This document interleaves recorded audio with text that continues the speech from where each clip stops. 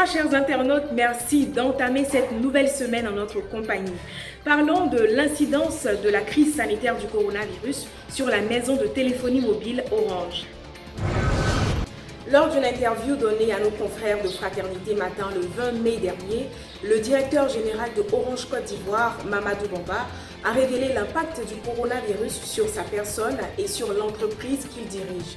Testé positif le 26 mars 2020, le DG de Orange a immédiatement pris les dispositions pour que tout son entourage soit dépisté pour ainsi empêcher la propagation du virus.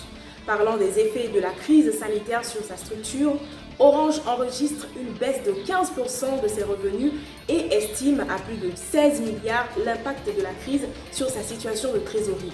En dépit de cela, Orange a tenu à apporter son assistance à l'État à travers la mise sur pied du Centre d'information gouvernementale du Covid-19.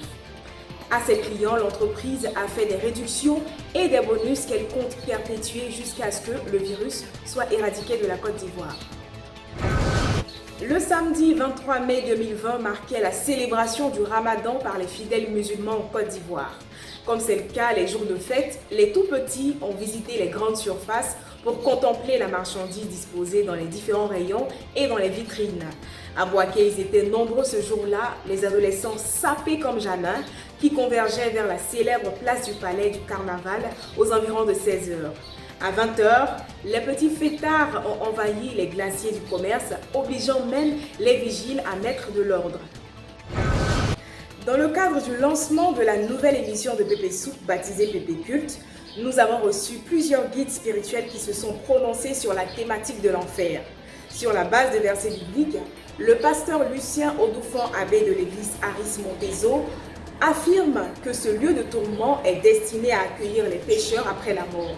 Il affirme également qu'au jour du jugement, les actes qu'un homme aura posés de son vivant apparaîtront comme une séquence vidéo et c'est à partir de cela qu'il sera soit emmené en enfer ou au paradis.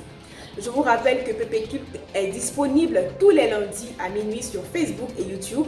Alors si vous désirez méditer ou vous rapprocher de la spiritualité, n'hésitez surtout pas. C'est terminé pour ce point de l'actualité. Merci chers internautes de l'avoir suivi et bonne semaine à vous.